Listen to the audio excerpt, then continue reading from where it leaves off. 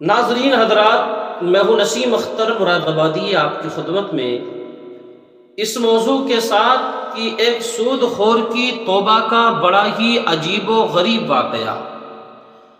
آپ کا ایمان بھی تازہ ہو جائے گا اور آپ کو ایک نصیحت بھی ملے گی۔ درود پاک پڑھیں صلی اللہ علی النبی المی والہ صلی اللہ علیہ وسلم۔ صلاۃ و سلام علیک یا رسول اللہ صلی اللہ تعالی علیہ وسلم۔ ناظرین اکرام، ایک بزرگ ہیں جن کو کہا جاتا ہے حبیب عجمی۔ یہ اسی نام سے مشہور تھے اور یہ بصرہ کے رہنے والے تھے۔ اس زمانے میں بصرہ میں حضرت حسن بصری رحمت اللہ تعالی علیہ کی ولایت کا چراغ روشن تھا۔ حضرت حبیب عجمی یہ بڑے مالدار آدمی تھے لیکن دیندار نہیں تھے۔ مالدار یہ بہت زیادہ تھے لیکن دیندار نہیں تھے۔ ان کا کاروبار تھا سود کا۔ یہ جو ہے سود کا کاروبار کرتے تھے اور ان کے اصول اتنے سخت تھے کہ یہ روزانہ اپنی وصولی کے لیے نکلا کرتے تھے۔ روز جاتے تھے یہ وصولی کرنے کے لیے۔ جب یہ اپنے مقروض کے دروازے پر پہنچتے تھے، اس کے یہاں سے اگر کچھ نہیں ملتا تھا تو یہ کہتے تھے کہ میرے آنے کی مزدوری مجھے دے دی جائے، میں خالی ہاتھ واپس نہیں جا سکتا۔ ناظرین اکرام، ان کی زندگی کا معمول یہی تھا۔ ایک دن یہ ایک دروازے پر پہنچے، دستک دی تو اندر سے آواز آئی خاتون کی کہ میرے شوہر گھر پر نہیں ہیں، آپ بعد میں آنا، اور اس وقت میرے پاس دینے کے لیے بھی کچھ نہیں ہے، میں آپ کو کہاں سے کیا دوں؟ آپ نے کہا کہ نہیں، میں دروازے سے خالی نہیں جا سکتا، کچھ نہ کچھ تو آپ کو دینا ہی پڑے گا۔ اس عورت نے کہا کہ حبیب عجمی، میں نے ایک بھیڑ ذبح کی، اس کی گردن رکھی ہوئی ہے، جس کو سیری بھی کہا جاتا ہے، اس کی گردن میرے پاس رکھی ہوئی ہے، آپ یہ گردن لے جائیے اگر لے جانا چاہتے ہیں۔ ناظرین اکرام، حضرت حبیب عجمی وہ گردن لے کر کے اپنے گھر آئے، اپنی بیوی سے کہا کہ لیجئے اس کو بنائیے اور آج ہم اسی کو کھائیں گے۔ بیوی نے کہا کہ لکڑیاں وغیرہ تو نہیں ہیں، کھانا کائے سے بنایا جائے؟ حضرت حبیب عجمی نے کہا کہ ٹھیک ہے، جیسے میں سود کی وصولی میں یہ گردن لایا ہوں، اسی طرح سے کہیں سے لکڑیاں اور باقی سامان کا انتظام بھی کر کے لاؤں گا۔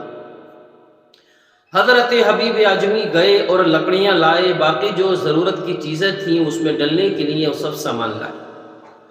آپ کی بیوی نے اس سارے سامان کو رکھا بننے کے لیے، کھانا بنانے کے لیے۔ آپ کی بیوی نے اس سیری کو ہانڈی میں ڈال کر کے چولہے پر رکھ دیا۔ جیسے وہ بن کر کے تیار ہوئی، تھوڑی دیر کے بعد میں ایک سائل نے آ کر کے دروازے پر آواز دی کہ میں بھوکا ہوں، مجھے کچھ کھانے کے لیے چاہیے، مجھے کچھ دے دیجیے۔ حضرت حبیب عجمی نے کہا کہ بھائی میں اگر تھوڑا سا آپ کو کچھ دے دوں تو میرے دینے سے آپ امیر تو ہو نہیں جائیں گے، لیکن اتنا ضرور ہے کہ تمہارے دینے سے میں غریب ضرور ہو جاؤں۔ بہرحال وہ سائل دروازے سے واپس چلا گیا، کھانا بن کر کے تیار ہوا۔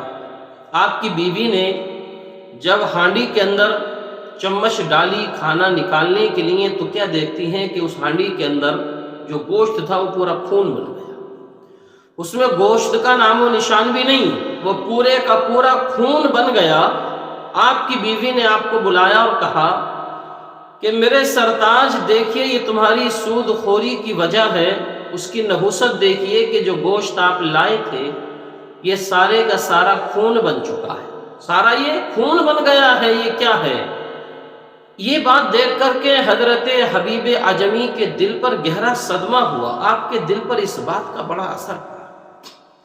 آپ نے اپنی بیوی سے کہا کہ میری بیوی، تم گواہ رہنا، میں توبہ کرتا ہوں کہ آج سے کوئی برا کام نہیں کروں گا، یہ سود خوری کا معاملہ میں بالکل چھوڑ دوں گا۔ ناظرین اکرام، آپ اپنے گھر سے نکلے اور آپ نے سوچا کہ اب یہ کام چھوڑ دیا جائے سود خوری کا، جن لوگوں کے اوپر میرا قرضہ ہے ان سے اپنا پیسہ واپس لے لیا جائے، ان کے دستاویز ان کو واپس کر دیے جائیں اور اب اس کام سے توبہ کر لی جائے۔ آپ راستے میں جا رہے تھے، کچھ بچے راستے میں کھیل رہے تھے اور جمعے کا دن تھا۔ جیسے ہی ان بچوں نے حبیب اجمی کو آتے ہوئے دیکھا تو آپس میں ذکر کرنے لگے کہ راستے سے ہٹ جاؤ، یہ دیکھو سود کھور آ رہا ہے، کہیں ایسا نہ ہو کہ اس کے قدموں سے دھول اڑ کر کے ہمارے اوپر پڑ جائے اور ہم بھی کہیں اس کی طرح بدبخت نہ ہو جائے۔ یہ بات حضرت حبیب اجمی کے کانوں میں پہنچی، آنکھوں میں آنسو جاری ہو گئے، دل کی دنیا بدل گئی۔ جہاں جا رہے تھے راستہ بدلی کیا اور حضرت حسن بصری کی بارگاہ میں پہنچے۔ میں نے پہلے بتایا آپ کو شروع میں کہ حضرت حسن بصری کا اس زمانے میں بڑا شہرہ تھا، اور یہ حضرت حسن بصری کون تھے؟ یہ حضرت علی رضی اللہ تعالی عنہ کے خدمتگار تھے۔ حضرت علی کی حضرت حسن بصری نے بہت زیادہ خدمت کی ہے، اتنے بڑے بزرگ ہیں، یہ تابعی ہیں۔ تو حضرت حبیب اعظمی حضرت حسن بصری کی بارگاہ میں پہنچے، جا کر کے سارا واقعہ بیان کیا۔ حضرت حسن بصری نے حضرت حبیب اعظمی کو توبہ کرائی اور کچھ نصیحتی جملے آپ کو کہے۔ آپ جب ان کی محفل سے نکل کر کے اپنے گھر کو واپس آنے لگے تو وہی بچے راستے میں پھر کھیل رہے تھے۔ اب کے دیکھ کر کے بچوں نے ایک دوسرے سے کہا کہ بچوں راستے سے ہٹ جاؤ، کہیں ایسا نہ ہو ہمارے قدموں کی دھول اڑ کر کے کہیں حبیب اعظمی پر نہ پڑ جائے اور ہم کہیں گناہگار نہ ہو جائے۔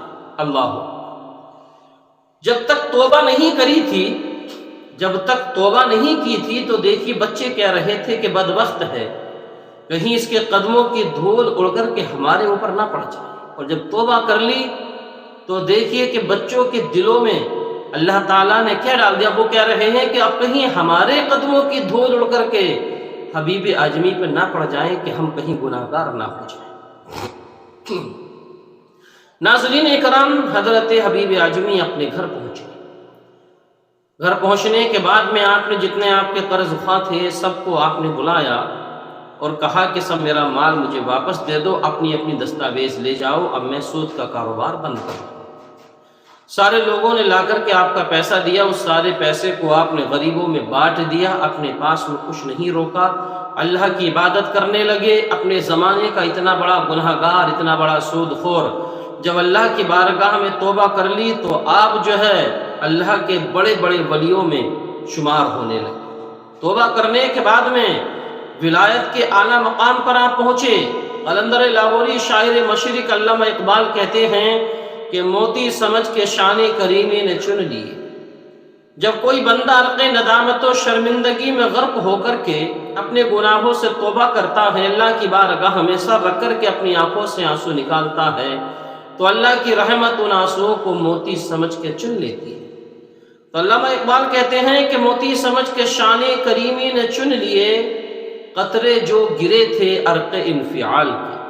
حضرات، واقعہ سنانا مقصد نہیں بلکہ آپ کو یہ بتانا مقصد ہے، جب انسان اپنے گناہوں سے توبہ کر لیتا ہے تو اللہ تعالیٰ اپنے بندوں کے دلوں میں اس کی طرف سے کیسی محبت پیدا فرما دیتا ہے۔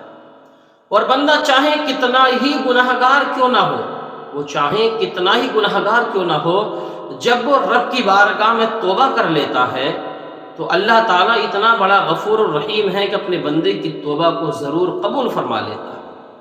کوئی انسان گناہ کر کے یہ نہ سوچے کہ میں نے بہت بڑا گناہ کیا ہے، پتہ نہیں میری توبہ قبول ہوگی یا نہیں ہوگی۔ رب اپنے بندوں کی توبہ کو ضرور قبول فرماتا ہے۔ تو ناظرین اکرام، یہ تھا ایک چھوٹا سا نصیحت آمیز واقعہ۔ انشاءاللہ تعالی میں پھر ملوں گا آپ سے کسی اگلے واقعے کے ساتھ۔ السلام علیکم ورحمۃ اللہ۔